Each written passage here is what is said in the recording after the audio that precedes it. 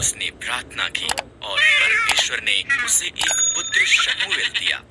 वो बहुत धन्यवादी थी, इसलिए उसने शमूएल को परमेश्वर की सेवा के लिए दे दिया। का बेटा जो छोटा था को एली याजक के साथ तंबू में छोड़ दिया। शमूएल ने बूढ़े अंधे एली की सहायता की। वो तंबू में ही सोता था, जबकि एली साथ के कमरे में सोता था। उसका नाम पुकारती एक आवाज को सुना। वो उठा और दौड़कर एली के पास गया। क्या है? उसने कहा। मैंने तुझे नहीं बुलाया। एली घुरघुराया। वापस अपने बिस्तर पर चला गया। उसने फिर उसका नाम सुना। शमूएल दौड़कर एली के पास वापस गया। क्या है? उसने कहा। मैंने तुझे आवाज नहीं दी। एली नींद में बड़बड़ाया। वापस अपने बिस्तर पर चला सुनने के बाद एली ने कहा, ये प्रभु था। अगर वो दोबारा आवाज लगाता है। एली ने कहा, कहना, प्रभु बोल, तेरा दास सुन रहा है। इस तरह शमूएल ने वैसा ही किया। क्या तू मेरा नबी हो सकता है और वफादारी से मेरे शब्दों को मेरे लोगों तक पहुंचा सकता है? मैं कर सकता हूँ, शमूएल ने कहा। और उसने अपने पूजा का नाम शाऊल था। राजा शाऊल ने परमेश्वर की आज्ञा नहीं मानी, इसलिए परमेश्वर ने शमूएल नबी से कहा, शिय नाम के एक व्यक्ति को ढूंढ। उसके पुत्रों में से एक कलह में नया राजा। उसने यिशै के 7 पुत्रों को देखा। वो सुंदर और बलवान दिखते थे। उनमें से कोई नहीं। परमेश्वर ने कहा, मैं बाहरी रूप को नहीं देखता। मैं एक व्यक्ति की आंतरिक के सबसे छोटे बेटे को संदेश भेजा, जो खेतों में भेड़ें चरा रहा था। शमूएल ने उसे देखा और परमेश्वर ने कहा, वही है। इस तरह दाऊद नया राजा होने के लिए अभिषिक्त। इस्राएलियों ने पलिश्तियों के साथ युद्ध किया।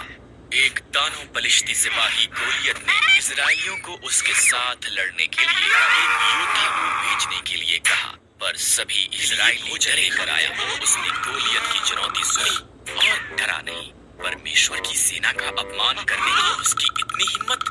दाऊद ने कहा, मैं उसके साथ युद्ध करूंगा। दाऊद को अपने शस्त्र देने की पेशकश की। नहीं, दाऊद ने कहा, परमेश्वर ने जंगली जानवरों को मारने में मेरी सहायता की है। वो गोलियत के विरुद्ध भी मेरी सहायता करेगा।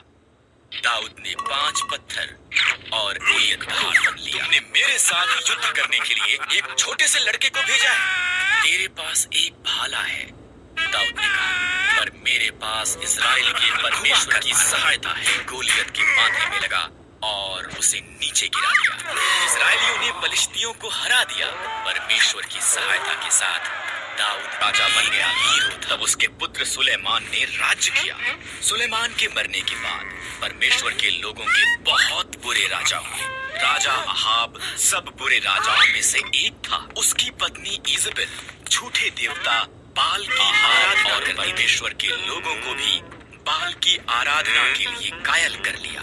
उनके पापों के कारण परमेश्वर ने 7 सालों तक बारिश रोक दी। तब उसने उसके नबी एलिया को राजा अहाब के पास उल्लंघना की है और बाल की आराधना की है। एलिया ने कहा, हर एक को बोल, बाल के नबियों को भी, कि वो मुझसे पहाड़ करमेल पर मिले। मैं प्रमाणित करूंगा कि किसका परमेश्वर सच्चा है। एलिया ने लोगों से कहा, अपने मन में ठान लो, अगर प्रभु परमेश्वर है उसके पीछे चलो।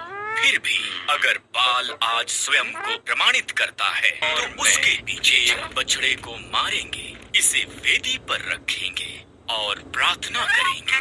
तब जो परमेश्वर बछड़े को जलाने के लिए आग भेजेगा वही सच्चा परमेश्वर है। उन्होंने पूरी सुबह बाल की प्रार्थना की, कोई आग नहीं आई। शायद बाल सो रहा है।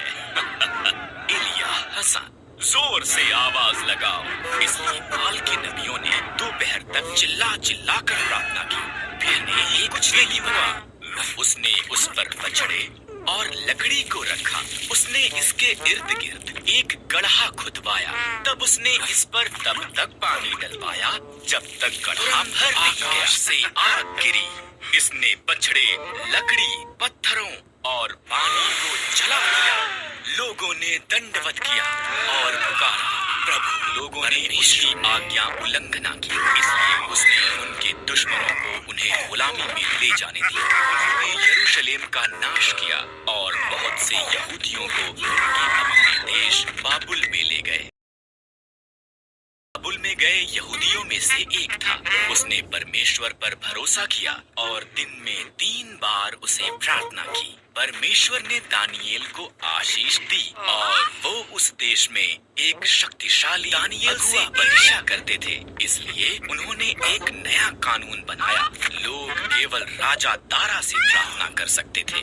जो कोई भी उल्लंघना करता है वो एक शेरों की मांद में डाला जाएगा। ने अभी भी परमेश्वर से प्रार्थना की और पकड़ लिया गया। दारा उदास था। वो दानियेल को पसंद करता था। उसने जाना कि उससे चालाकी की गई थी, पर वो कानून को नहीं बदल सकता था। दानियेल को शेरों की आड़ में फेंक दिया। दानियेल की तरफ आए, तब एक स्वर्गदूत पहुंचा। परमेश्वर ने उसे भेजा था। स्वर्गदूत ने शेरों का मुंह बंद कर दिया। दानियेल ने बिना किसी नुकसान के वहां पर राजा दारा ये देखने के लिए गए कि क्या दानियेल जीवित था। परमेश्वर ने मुझे बचाने के लिए स्वर्गदूत को भेजा, दानियेल ने कहा। राजा रोमांचित हुआ। दानियेल को शेरों की मांद से दुश्मनों को मांद में डाल दिया। शेर उन्हें हड़प कर गए। राजा दारा ने उसके राज्य में दानियेल के शक्तिशाली जीवित परमेश्वर का आदर करने की उसका पति राजा क्षयर्ष उसके रहस्य को नहीं जानता था। एस्तेर यहूदी थी।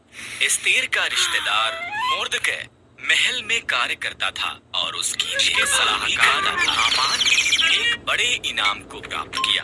वो बहुत घमंडी था। मोर्दकै के सिवा हर कोई उसके आगे सिर झुकाते थे। हामान अपमानित हुआ।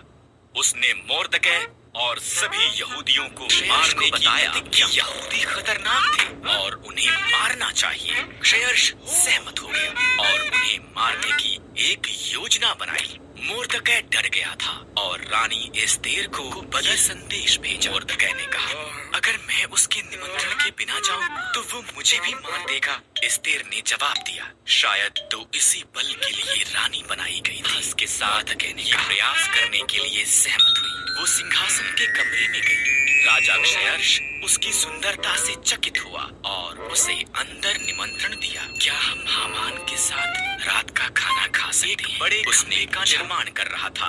उसने इस पर मोर्दकै को मारने की योजना बनाई थी। तब राजा का निमंत्रण आया, इसलिए हामान रात के खाने के लिए महल में गया। यहूदियों को मारना चाहता है। एस्तेर ने राजा क्षयर्ष को बताया। कौन ऐसी बात करेगा? उसने पूछा। दुष्ट हामान। एस्तेर रोई। हामान सिपाहियों, हामान उसे मार खंभे पर टांग दिया गया जो उसने मोर्दकै के लिए निर्माण किया था। एस्तेर के कारण यहूदी बचाए गए थे। उन्होंने एक बड़ा त्योहार मनाया जिसका वो आज